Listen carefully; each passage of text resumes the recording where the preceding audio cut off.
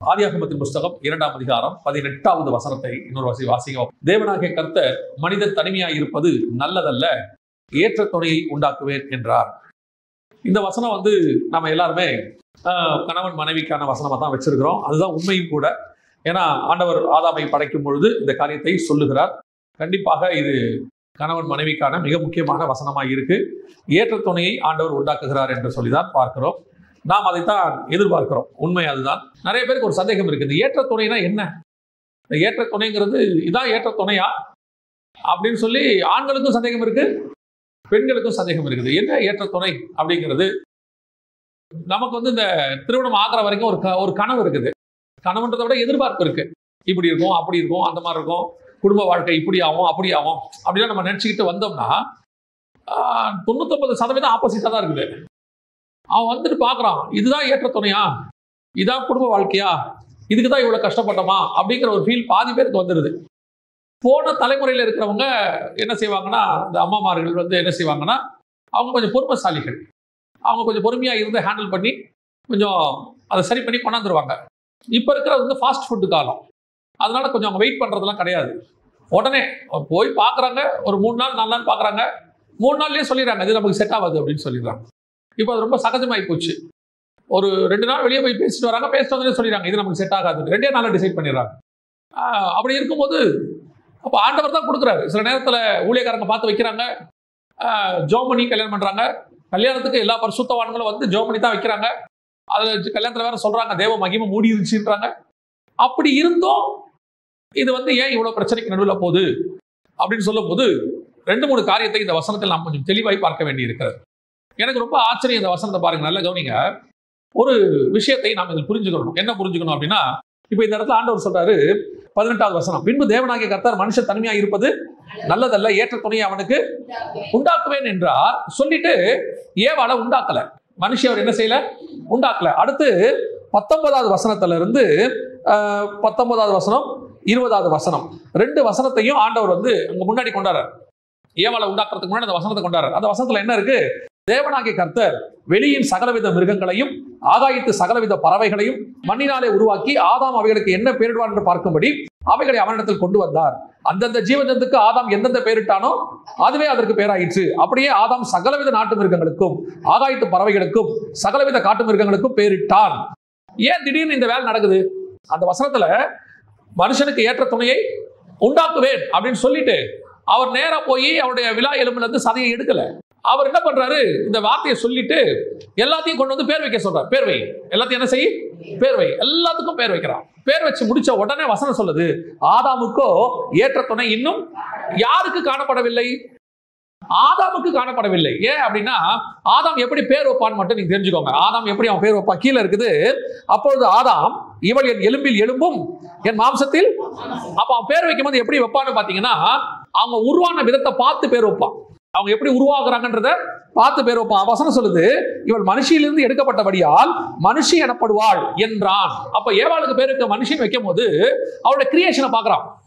இவ எப்படி உருவானா? எண்ணிலிருந்து இவ உருவாகி வந்திருக்கிறா, அதனால மனுஷின்னு பேரு அப்படின்னு. இதுக்கு முன்னாடி ஆண்டவர் என்ன பண்றாரு? எல்லாத்தையும் கொண்டு காட்டுறாரு. அவங்ககிட்ட எல்லாத்தோட கிரியேஷனையும் பார்க்கறான். இது எல்லாம் மண்ணுனால வந்துச்சு, மண்ணுனால உருவாக்கி இருக்கிறாரு. எல்லா கிரியேஷனையும் பார்த்து இப்போ ஆதாமுக்கு ஒரு தெளிவு வருகிறது.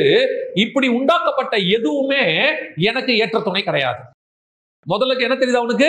இந்த மண்ணினாலே உண்டாக்கப்பட்ட பறவையோ மிருகமோ ஜீவ ஜந்துக்கள் எதுவுமே எனக்கு என்ன கிடையாது, ஏற்ற துணை கிடையாது. எண்ணிலிருந்து உருவாக்கி கொண்டு வந்த ஏவாள் தான் எனக்கு ஏற்ற துணை, மனுஷி தான் எனக்கு ஏற்ற துணை அப்படிங்கிறத முதல்ல அவனுக்கு புரிய வைக்கிறாரு. புரியுதா? இப்ப ஏன் நடுவில் எல்லாத்த பேர் வைக்க கொண்டு வராருன்னா, எல்லா கிரியேஷனையும் பாக்குறான், உருவாக்கின விதத்தை பாக்குறான், மண்ணில இருந்து எப்படி வந்துச்சுன்னு பாக்குறான், இவன் எப்படி வந்தான்னு பாக்குறான், யார மனுஷிய, ரெண்டுத்தையும் பாக்குறான். இதுல எது எனக்கு ஏற்ற துணை தெரியுமா? எண்ணிலிருந்து எலும்பிலிருந்து உண்டாக்கப்பட்டு என்னுடைய எலும்பிலிருந்து உருவாக்கப்பட்டதான இந்த மனுஷி தான் எனக்கு ஏற்ற துணை. அப்போ மண்ணினால வேற விதமா உண்டாக்கப்பட்ட எதுவுமே எனக்கு ஏற்ற துணை கிடையாது. அப்போ இந்த ஏற்ற துணை என்பதனுடைய அர்த்தம் என்ன? உனக்கு அந்த ஆண்டவர் கொண்டு ஒரு துணையை கொடுக்கறதுக்கு முன்னாடி, அது 25 வயசுல கொடுக்குறாரோ, 26 வயசுல கொடுக்குறாரோ, 28 வயசுல கொடுக்குறாரோ, 30 வயசுல கொடுக்குறாரோ, 40 வயசுல கூட கொடுக்குறாரோ, அப்படி கொடுக்கும் போது உங்களுக்கு ஒன்று தெரியணும், இது வரைக்கும் நான் பார்த்த எதுவுமே எனக்கு என்ன கிடையாது, ஏற்ற துணை கிடையாது. என் கைக்கு ஆண்டவர் கொண்டு கொடுத்துருக்கிறார்ல, இதுதான் எனக்கு ஏற்ற துணை. இது வரைக்கும் நான் எல்லாத்தையும் பார்த்தேன், மனுஷன் பார்க்கும் போதெல்லாம் பார்க்கறான். அதனாலதான் நான் சொல்லுவேன், நீங்கள் கல்யாணத்துக்கு முன்னாடி எத்தனை வேணாலும் செலக்ட் பண்ணலாம், எவ்வளவு வேணாலும் பொண்ணு பாக்குறாங்க, நிறைய பேர் பாக்குறாங்க, அப்படிதான் பாத்துக்கோங்க, அது உங்க இஷ்டம். ஆனா கல்யாணத்துக்கு அப்புறம் ஒண்ணு கூட பார்க்க கூடாது. அதுக்கப்புறம் எதையும் யோசிக்கவே கூடாது. இதுவா இருந்திருக்குமோ, அதுவா இருந்திருக்குமோ, ஒருவேளை இது கிடைச்சிருக்குமோ, அவ்வளவுதான் முடிச்சு. எப்ப கைக்கு வந்துச்சோ தெரிஞ்சுக்கணும், இதுதான் எனக்கென்று உருவாக்கப்பட்ட ஏற்ற துணை. புரியுதா நான் சொல்றது? அதுக்கு முன்னாடி ஆண்டவர் எல்லாத்தையும் காட்டுவார், பாரு எல்லாத்தையும் பார்த்தாச்சு. சிலது நமக்கு ஏற்ற துணை மாதிரி தோணும், ஆனா கைக்கு வராது. சிலது ஏற்ற துணை மாதிரி இருக்காது, அதுவும் கைக்கு வராது. நாம எதிர்பார்க்காம ஒண்ணு நம்ம கைக்கு வரும், ஆண்டவர் கொடுப்பாரு. அது கணவனையோ மனைவியோ கொடுப்பாரு. அது வந்தாச்சா நமக்கு தோணணும், இது வரைக்கும் நான் பார்த்த எதுவுமே எனக்கு ஏற்ற துணை இல்லை, எனக்கு ஆண்டவர் ஒன்று கொடுத்திருக்கிறாரு, அதுதான் எனக்கு ஏற்ற துணை. அல்லேலூயா. சரி, இப்ப ஏற்ற துணை வந்துருச்சு. இப்ப ஏற்ற துணையாது வந்த ஒன்னு ஆண்டவர் கொடுத்துட்டார்ல, ஏற்ற துணைன்னு சொல்லிட்டார்ல, உண்மையில அது ஏற்ற துணையா? இப்ப ஏற்ற துணை என்பதற்கு நீங்க என்ன டெபினிஷன் வச்சிருக்கீங்க? உங்களுக்கு சொல்றீங்கல்ல, எனக்கு ஏற்ற துணை ஆண்டவர் ஒன்று தரணும் அப்படின்னு. பல பேருக்கு என்ன இருக்குது, நான் நினைச்ச மாதிரி இல்ல, நான் விரும்பின மாதிரி இல்ல, நான் எக்ஸ்பெக்ட் பண்ண மாதிரி இல்ல, நான் இதை ஒன்றும் எதிர்பார்க்கல எப்படி சொல்றீங்கல்ல. உங்களுக்கு ஏற்ற துணை கணவன் எப்படி இருக்கணும்? ஏற்ற துணைனா என்ன? ஆக்சுவலா ஏற்ற துணைனா என்ன தெரியுமா? நல்லா கவனிங்க. ஆண்டவர் படைச்சிருக்கிற படைப்பை வச்சு நான் உங்களுக்கு சொல்றேன். ஆணும் பெண்ணும் ரெண்டு பேரும் சேர்ந்தாதான் ஏற்ற துணை, இல்லையா? ஆணும் ஆணும் ஏற்ற துணை இல்ல, பெண்ணும் பெண்ணும் ஏற்ற துணை கிடையாது. ஆணும் பெண்ணும் தான் ஏற்ற துணை. ஆணும் பெண்ணும் நீங்கள் நினைக்கிற மாதிரி ஒருமித்த கருத்தோடு இருக்க மாட்டார்கள். நல்லா தெரிஞ்சுக்கோங்க. ஃபர்ஸ்ட், ஆணுடைய சரீர அமைப்பு வேறு, பெண்ணுடைய சரீர அமைப்பு வேறு. ஆணுடைய மனநிலை வேறு, பெண்ணுடைய மனநிலை வேறு. ஆணுடைய எதிர்பார்ப்பு வேறு, பெண்ணுடைய எதிர்பார்ப்பு வேறு.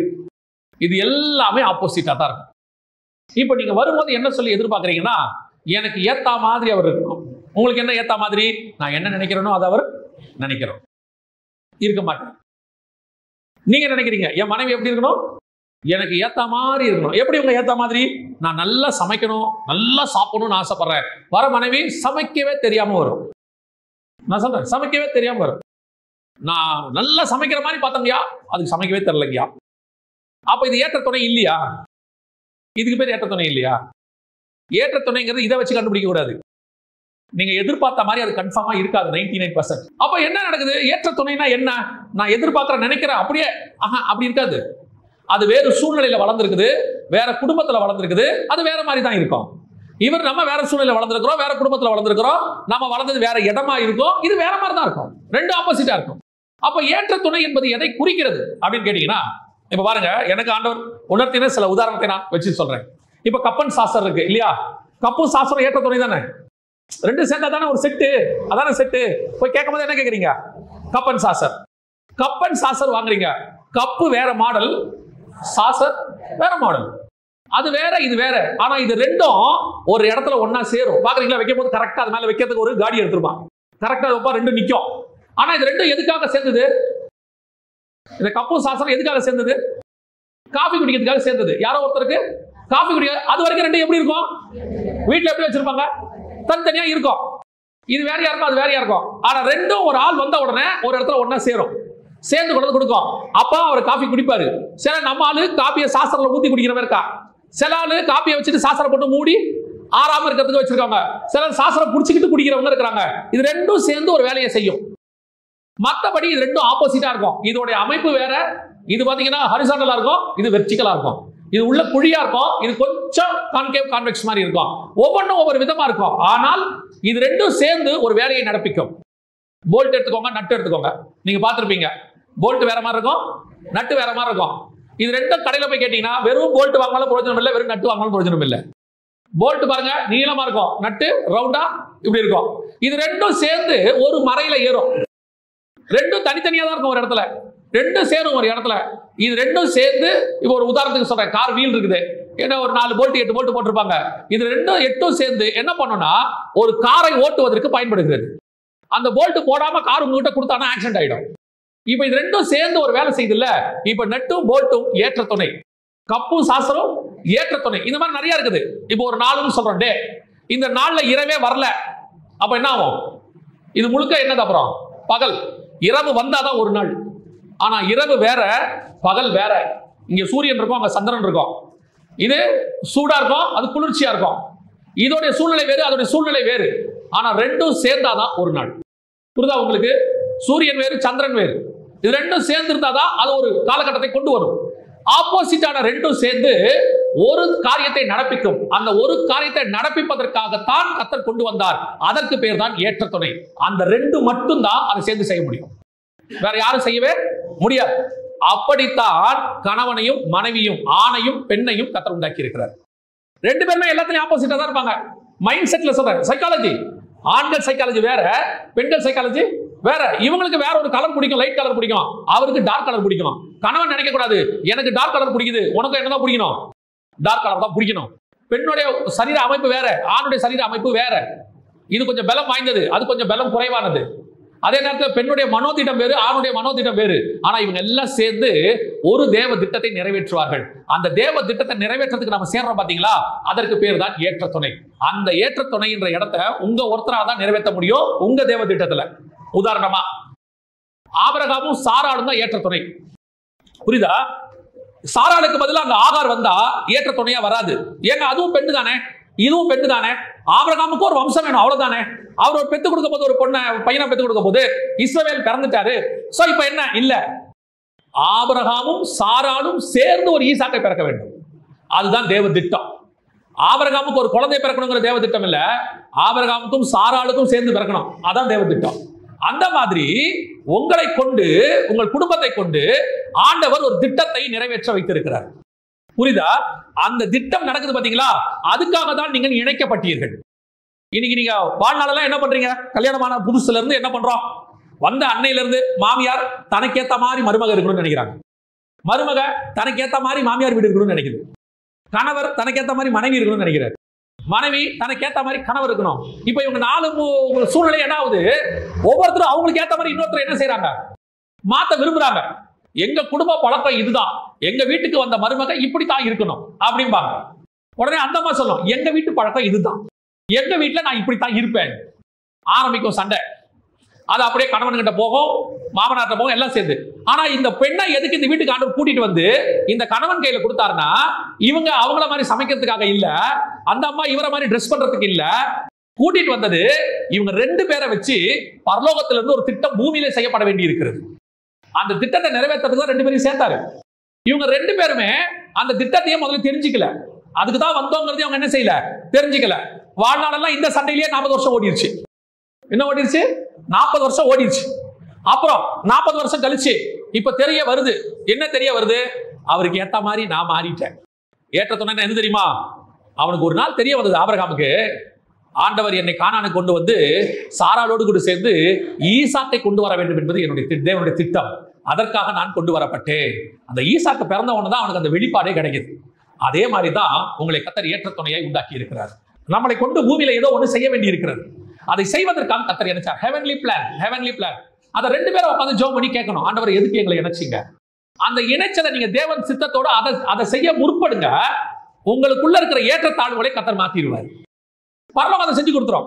நீங்க தேவ திட்டத்தை ஒன்னா செஞ்சு செய்ய ஆரம்பிக்கும் போது பாருங்க, ஆண்டவர் உங்களுக்குள்ள இருக்கிற மாறுபாடான சிந்தனைகள், உங்களுக்குள்ள இருக்கிற தனிப்பட்ட காரியங்கள் எல்லாத்தையும் மாத்திடுவார்.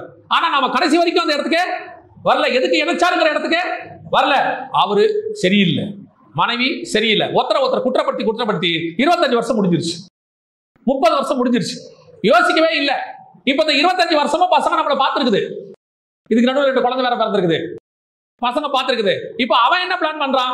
அப்பா அம்மா மாதிரி சண்டை போடாம குடும்பத்தை நடத்தணும்னு ஒரு பாடத்தை கத்துக்கிட்டான் இல்லையா? இன்னொன்னு கத்துக்கிறான், எனக்கு குடும்பமே வேணாம். ஏன்பா வேணாம்? இவங்க 2 பேரும் சண்டை போட்டது இருக்குல்ல, இஸ்ரேல் பாலஸ்தீன பிரச்சனையை விட இவனுங்க பிரச்சனை பெரும் பிரச்சனை. இவங்க 2 பேரும் சண்டை போட்டதில்ல. பையன் சொல்றான், எனக்கு மனைவின்னு ஒண்ணு வேணவே வேணாம், நிம்மதியா என் வாழ்க்கை இருக்கட்டும்.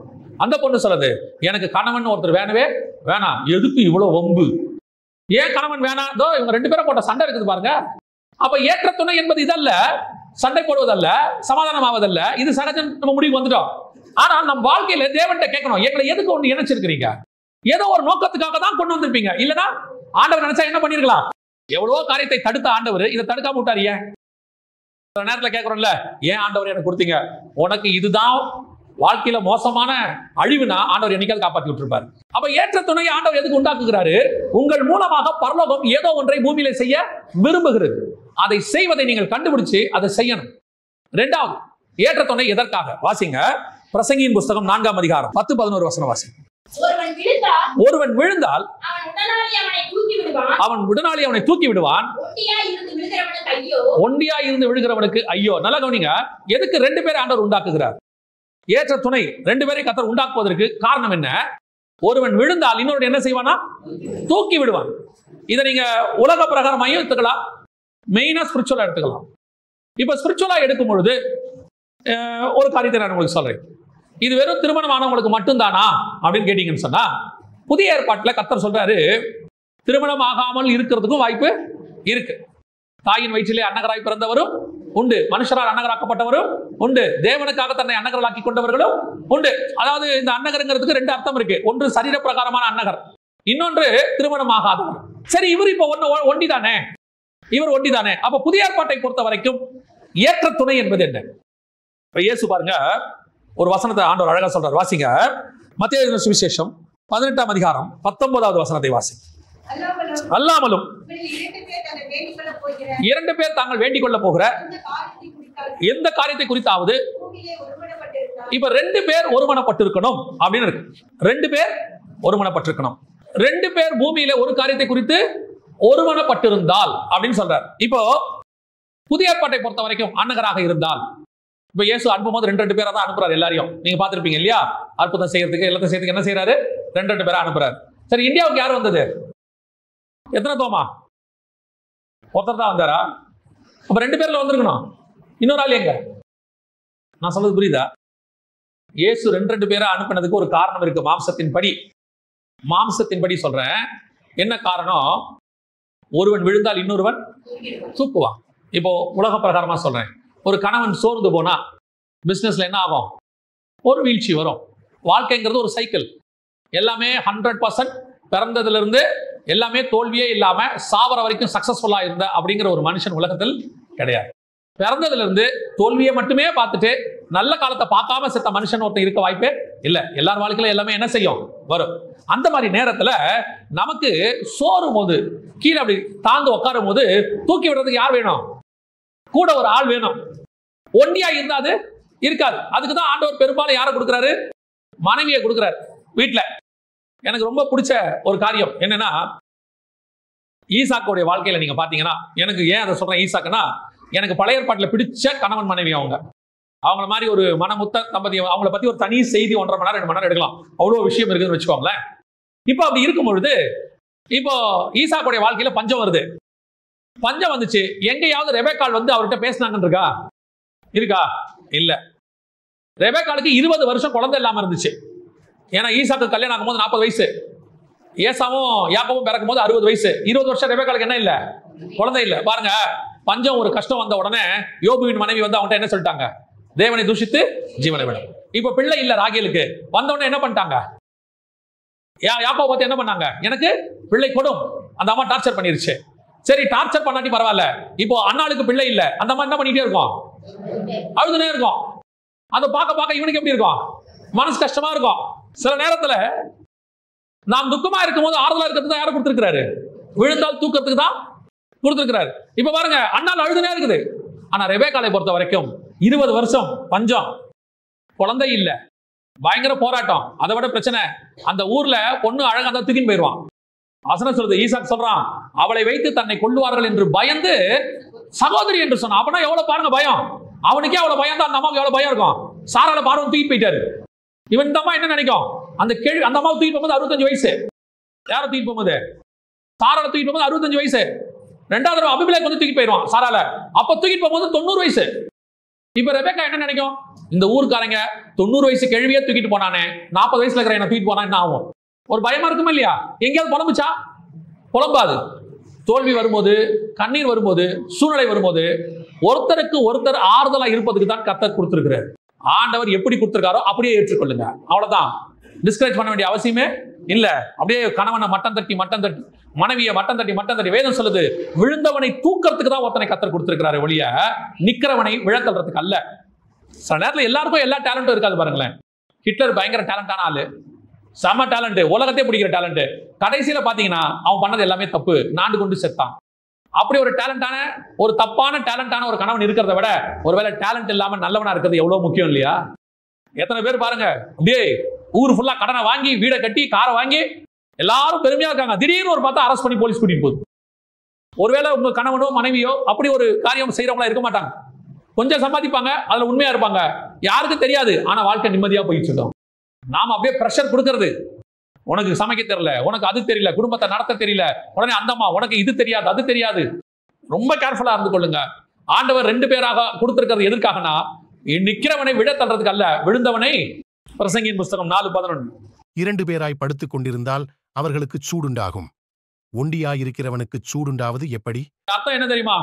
ஒருவேளை ஆவிக்குரிய வாழ்க்கையில அனல் இல்லாத தன்மை இருந்தால் அனல் உண்டாக்குவதற்கு தான் கர்த்தர் இன்னொருத்தரை கொடுத்திருக்கிறார். நான் சொல்லுவேன், சபைகளுக்கு போங்க, எந்த சர்ச்சுக்கு வேணா போங்க, அது சிஎஸ்ஐ பெண்டிகாஸ்டல் எந்த சர்ச்சுக்கு வேணா போங்க, பெண்கள் கூட்டம் தான் அதிகம். பெண்கள் கூட்டம் தான் அதிகம். காரணம் என்ன தெரியுமா? ஒரு குடும்பத்தை அனல் உண்டாக்குவதற்கு கர்த்தர் பெண்களை இப்பொழுது பயன்படுத்தி கொண்டிருக்கிறார். கணவர்கள் இப்போ ஓடி சம்பாத்தியம் ஓடி அப்படியே எல்லா பக்கம் ஓடி, அவங்களை பொறுத்த வரைக்கும் ஞாயிற்றுக்கிழமை சர்ச்சுக்கு வந்துட்டா போதும், சம்பாரிச்சுட்டு தசமாகம் கொடுத்துட்டா போதும், மற்றபடி பைபிள் வாசிக்கிறது ஜோம் பண்றது எதை பத்தியும் கவலையே கிடையாது. அவங்க நினைக்கிறாங்க சம்பாரிச்சு தசமா காணி கொடுத்துட்டா சந்தா கட்டிட்டா குடும்பம் நடந்துரும். நடக்காது. அந்த குடும்பத்துல பேக் போன ஒரு அம்மா ஜோம் பண்ணிட்டு உட்காந்துருக்கோம், ஒரு அம்மா பைபிள் வாசித்துட்டு இருக்கோம். ஒரு காலம் வரும், அந்த குடும்பத்தினுடைய மொத்த ஆவிக்குரிய வாழ்க்கையும் நான் இப்ப பாக்குறேன், அநேக பெண்களை பார்க்கிறேன், ரட்சிக்கப்படாத கணவனை எல்லாம் ஜோம் பண்ணி ரட்சிப்புக்குள்ள நடத்திடுறாங்க, துன்மார்க்கரான கணவனை எல்லாம் மாத்திடுறாங்க. 2 பேர் இருப்பார்கள், ஒருவன் அனல் இல்லாமல் இருப்பான். அந்த இன்னொரு அனல் உண்டாக்குறது யாரா இருக்குன்னா கூட இருக்கிறவங்க. அதுக்கு தான் ஆண்டவர் கொடுத்திருக்கிறார். ஒருவேளை மனைவி ரட்சிக்கப்படாம இருந்தா, ஆண்டவருக்குள்ள வராம இருந்தா, அவங்க ஆண்டவருக்குள்ள கொண்டு வர அனல் உண்டாக்க வேண்டியது யாருடைய பொறுப்பு? கணவனுடைய பொறுப்பு. இன்னைக்கு கணவன் ரட்சிக்கப்படல அப்படின்னு உடனே ஒரு கூட்டம் எப்படி இருக்குன்னா, இவர் வேண்டாம், ஒரு அம்மா சொல்லிட்டு போதான், என் கணவர் ரட்சிக்கப்படல, ரட்சிக்கப்படாதவரோடு கூட இணைஞ்சிருக்க கூடாது, அவிசுவாசியோட விசுவாசி என்ன செய்யக்கூடாது, பிழைக்கப்படக்கூடாதுன்னு இருக்கு, நான் என் கணவரோட இருக்க மாட்டேன் அப்படின்னு பாஸ்டர் சொல்லியிருக்கு. நல்லா தெரிஞ்சுக்கொள்ளுங்க, கல்யாணம் பண்றதுக்கு முன்னாடி வரைக்கும் வேற, அவிசுவாசியோ விசுவாசியோ கல்யாணம் பண்ணிட்டீங்களா, அவங்கள அனல் உண்டாக்குற வரைக்கும் நீங்க பொறுமையா காத்திருக்க வேண்டும். உங்கள் அனல் ஒரு நாள் அவர்களை அனல் உண்டாக்கும். பிரிஞ்சு போறதுக்கு என்ன செய்யக்கூடாது, யோசிக்கவே கூடாது. 2 பேரும் ஒன்னா இருக்கணும், கர்த்தர் கொடுத்துட்டார். ஒருவேளை மனைவி ரட்சிக்கப்படல, திடீர்னு நல்ல ரட்சிக்கப்பட்ட ஒரு பொண்ணை பாக்குறோம், பார்த்த உடனே இந்த பொண்ணை கல்யாணம் பண்ணிருக்கலாமோ அப்படின்னு யோசனை வந்து இது வேணா அப்படின்னு முடிவு பண்ணா அது துன்மார்க்கம், அது பாவம். உன் மனைவி ரட்சிக்கப்படாம இருந்தாலும் அவர் ரட்சிக்கப்படுற வரைக்கும் நீ காத்திருக்கத்தான் வேண்டும். உன் கணவன் ரட்சிக்கப்படாவிட்டால் அவன் ரட்சிக்கப்படுகிற வரைக்கும் நீ காத்திருக்கத்தான் வேண்டும். ஆனால் ஒன்று, உன்னுடைய அனல் அவனை பற்றும், உங்களுடைய ஜெபம் அவர்களை மாற்றும், உங்களுடைய ஆவிக்குரிய வாழ்க்கை அவனை மாற்றும், உங்கள் நல்ல நடக்கை அவர்களை எதிர்பார்ப்பை மாற்றும், கண்டிப்பா மாற்றும். ஒரு நாள் பார்த்து கணவன் திருந்துவான். கணவனுக்கே ஒரு நாள் என்ன வந்துடும் தெரியுமா, கில்ட்டினஸ் வந்துடும். நம்ம இவ்வளவு பண்ணியும் எப்படி இருக்கிறா, அவன் பாப்பாரு, உலகத்துல பாப்பாரு, ஃப்ரெண்ட்ஸ் கிட்ட பேசுவாரு, என் ஒய்ஃபை ஒரு வார்த்தை சொன்னேன் அம்மா வீட்டுக்கு போயிடுச்சு அப்படின்னு அவன் சொல்லியிருப்பான். ஃப்ரெண்டு யோசிப்பாரு, நம்ம இவ்வளவு பண்ணியும் இது அம்மா வீட்டுக்கு போலியே. ஒரு நாள் இந்த நல்ல நடக்கை, அப்படிதான் வசனம் சொல்லுது, உங்கள் நல்ல நடக்கையினாலே உங்கள் கணவரை என்ன செய்யுங்க, ஆதாயப்படுத்திக் கொள்ளுங்கள். அதே தான் கணவனுக்கும் பொருந்தும். ஆண்டவர் எதுக்கு இன்னொரு ஏற்ற துணை கொடுத்திருக்கிறார் என்றால், நம்முடைய ஆவிக்குரிய வாழ்க்கையை கட்டி எழுப்புவதற்கு, விழுந்தவனை தூக்கி எடுப்பதற்கு, அனல் இல்லாதவனை அனல் உண்டாக்குவதற்கு. அப்படிப்பட்டவர்களைத்தான் நாம் இருக்கணுமே ஒழிய, ஒரு நாளும் நல்லா கவனிச்சுக்கொள்ளுங்க, அனலாய் இருக்கிறவனை அனல் இல்லாதவனை மாற்றிவிடக்கூடாது. நிறைய ஆவிக்குரியவர்கள் திருமணமான பிறகு பின்மாற்றம் அடைஞ்சிட்டாங்க. குடும்ப வாழ்க்கை சரியா அமையாததுனால, நல்லா ரட்சிக்கப்பட்டு ஜோம் பண்ண பொண்ணெல்லாம் கணவன் சரியா அமையாததுனால பின்மாற்றம் அடைஞ்சிருச்சு. நல்லா ரட்சிக்கப்பட்ட பையன் மனைவி சரியா அமையாததுனால குடிகாரனை மாறிட்டான். இது நடக்குது. ஆனா பைபிள் எதுக்கு 2 பேரை இணைக்குதுன்னா, அனல் இல்லாதவர்களை என்ன உண்டாக்கணும், அனல் உண்டாக்கணும். அனல் இல்லாமல் படுத்திருக்கிறான், அவன் என்ன உண்டாக்கணும், அனல் உண்டாக்குவதற்கு. ஒரு குடும்பத்தினுடைய ஆவிக்குரிய பொறுப்பு கணவன் மனைவி 2 பேருக்கும் இருக்கு. நம்ம நினைச்ச மாதிரி ஆவிக்குரிய அனுபவம் மனைவிக்கு இல்லையா, அதை உண்டாக்க வேண்டியது நம்முடைய பொறுப்பு.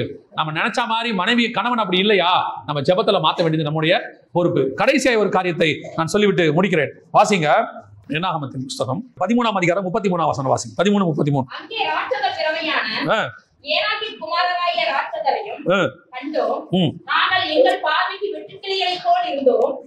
அவர்கள் பார்வைக்கும் அப்படியே இருந்தோம் என்று சொல்லி, இப்படி இஸ்ரவேல் புத்திரருக்குள்ளே தாங்கள் சுற்றி பார்த்து வந்த தேசத்தை குறித்து செய்தி பரப்ப செய்தார்கள். நம்ம எல்லாருக்கும் தெரிஞ்ச ஒரு சம்பவம்.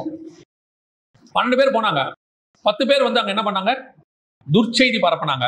ஆனால் யோசுவாவும் காலேபும். இங்க வசனம் சொல்லுது, 6வது வசனம் வாசிங்க, 14:6. சுற்றி பார்த்தவர்களில் நூனின் குமாரனாகி யோசுவாவும் எப்புன்னேயின் குமாரனாகி காலேபும் தங்கள் வஸ்திரங்களை கிழித்துக் கொண்டு. நல்லா கவனிங்க, 10 பேர் துர்ச்செய்தியை பரப்புனாங்க. ஆனா அந்த 2 பேர் சொல்றாங்க, அப்படி இல்ல, நாங்கள் போய் சுற்றி பார்த்து சோதித்த தேசம் மகா நல்ல தேசம், கர்த்தர் நம்மேல் பிரியமாயிருந்தால் தேசத்தை நம்மை கொண்டு போய் பாலும் தேனும் ஓடுகிற அந்த தேசத்தை நமக்கு இதோ அது ஃபுல்லா பாத்தீங்கன்னு சொன்னா அடுத்த வசனம் வரைக்கும், 10வது வசனம் வரைக்கும் நல்ல செய்தியை சொல்லுகிறார்கள். ஒரே தேசத்தை தான், ஒரே விஷயம் தான். ஆனா 10 பேர் சொன்னதுக்கும் இந்த 2 பேர் சொன்னதுக்கும் வித்தியாசம் இருக்கு. 10 பேர் துர்ச்செய்தியை பரப்பினார்கள், 2 பேர் நற்செய்தி. கர்த்தர் எதுக்கு 2 பேரை செலக்ட் பண்றாரு? இப்ப வாசிங்க, மார்க் எழுதின சுவிசேஷம் 6ஆம் அதிகாரம் 11வது வசனத்தை வாசிங்க. எவர்களாகிலும் உங்களை ஏற்றுக்கொள்ளாமலும் உங்கள் வசனங்களை கேளாமலும் இருந்தால் நீங்கள் அவ்விடம் விட்டு புறப்படும் போது அவர்களுக்கு சாட்சியாக உங்கள் கால்களின் கீழே படிந்த தூசியை உதறி போடுங்கள். நியாய தீர்ப்பு நாளிலே அந்த பட்டணத்திற்கு நேரிடுவதை பார்க்கிலும் சோதோம் கொமோரா பட்டணத்திற்கு நேரிடுவது இலகுவாயிருக்கும் என்று மெய்யாகவே உங்களுக்கு சொல்லுகிறேன் என்று சொல்லி அவர்களை 2 பேராக அனுப்பினார். எதுக்கு இந்த 2 பேரை அனுப்பினாரு? வாசிங்க, லூக்கா 9:1 வாசிங்க. லூக்கா 9:1. அவர் தம்முடைய 12 சீஷரையும் வரவழைத்து சகல பிசாசுகளையும் துரத்தவும் வியாதியுள்ளவர்களை குணமாக்கவும் அவர்களுக்கு வல்லமையும் அதிகாரமும் கொடுத்து தேவனுடைய ராஜ்யத்தை குறித்து பிரசங்கிக்கவும் பிணியாளிகளை சொஸ்தமாக்கவும் அவர்களை அனுப்பினார். அப்ப எதுக்கு அனுப்பினார்? 2 பேரா? 2 பேராங்கிறது மார்க் 6:11 இருக்குது, அனுப்பினாருங்கிறது லூக்கால இருக்குது. அந்த 2 பேருன்றதுக்கு தான் இங்க வந்தேன். 2 பேரா எதுக்காக அனுப்பினார் அப்படின்னு கேட்டா, துர்ச்செய்தியை பரப்ப அல்ல, நற்செய்தியை பரப்ப. 2 பேர் போயிட்டு வந்து நற்செய்தியை சொன்னார்கள், 10 பேர் துர்ச்செய்தியை சொன்னார்கள். ஆண்டவர் எதுக்கு 2 பேரை அனுப்புறாரு? இந்த 2 பேரை அனுப்பும் பொழுது நற்செய்தி, ஒருவன் 1000 பேரையும் 2 பேர் 10000 பேரையும் அதிகமானோரை சந்திப்பதற்கு. 2 பேரை ஏன் கர்த்தர் உங்களை இணைச்சிருக்கிறார் தெரியுமா? உங்க 2 பேரை இணைச்சதுக்கு காரணம் நற்செய்தியை பரப்புவதற்கு. இன்னைக்கு வீட்டுக்குள்ள நீங்க நற்செய்தியை சொல்றீங்களா, துர்ச்செய்தியை சொல்றீங்களா? உங்க வாயின் வார்த்தை எப்படி இருக்குன்னு பாருங்க. இன்னைக்கு எந்த ஒரு விஷயத்தையும் வீட்டுக்குள்ள பேசும்போதே நெகட்டிவா தான் சொல்லும் போதே. பையனை சொல்லும் போது மார்க் கம்மியா எடுத்தான், நம்ம என்ன சொல்றோம்? இப்படி எடுத்தா நீ நடுத்தேர்ல தான் நிற்ப. இதுக்கு வேற மாதிரி கூட சொல்லலாம். டேய், நீ இப்படி எடுத்தினா நீ நினைச்ச குரூப் கிடைக்காது, வேற குரூப் கிடைக்கும். நீ நல்ல குரூப் எடுக்கணும், இன்னும் கொஞ்சம் மார்க் எடுக்கணும் சொல்லலாமே. சரி, ஒரு வாரம் உனக்கு படிக்க முடியலையாப்பா, ஆண்டவர்கிட்ட கேளு, ஞானத்தை கொடுப்பாரு, இப்படி சொல்லாமே. சொல்லும் போதே நெகட்டிவ், துர்ச்செய்தி. எதை சொன்னாலும் நடக்காது, ஆகாது. கணவர் வந்து ஏதோ ஒன்று சொல்றாரு, ஒரு பிசினஸ்ல இன்வெஸ்ட் பண்ணலாம்னு இருக்கிறேன். சரிப்பா, ஜெபம் பண்ணுங்க, பார்த்து பண்ணுங்க, கர்த்தர் கூட இருப்பாரு, ஜாக்கிரதையா யோசிச்சிட்டீங்களான்னு கேட்கறது இல்ல. உங்களுக்கு தான் எதுவும் வராத, நீங்க தொட்டாதான் எல்லாம் நாசமா போகுமே, எதுக்கு உங்களுக்கு இந்த வேண்டாத வேலை? இப்ப நல்லா தானே போயிட்டு இருக்கு, அவன் பாக்குறான் போயிடும் போல.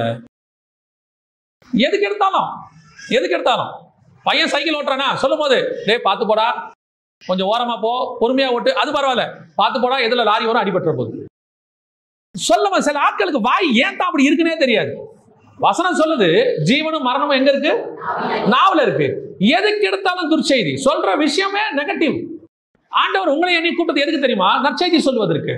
அந்தந்த காலம் வரும்போது அந்தந்த ஆண்டவர் கொடுத்தாருல, அதே மாதிரி வசதி வாய்ப்புகளும் அந்தந்த காலம் வரும்போது கர்த்தர் உயர்த்தி கொடுப்பார். நமக்கு தர ஆண்டவர் வேற யாரும் தரப்போறாரு. சிலர் இந்த மோட்டிவேஷன்லாம் பேசணும்னு சொல்லி போயிடும். அப்படி போயிடாதீங்க. உங்க வாயில் வார்த்தை வருவது எல்லாம் குட் நியூஸாக இருக்க வேண்டும். அதுல மிகப்பெரிய குட் நியூஸ் ஆண்டவரை பத்தின செய்தி. குடும்பம் யாரை பத்தி சொல்லணும்?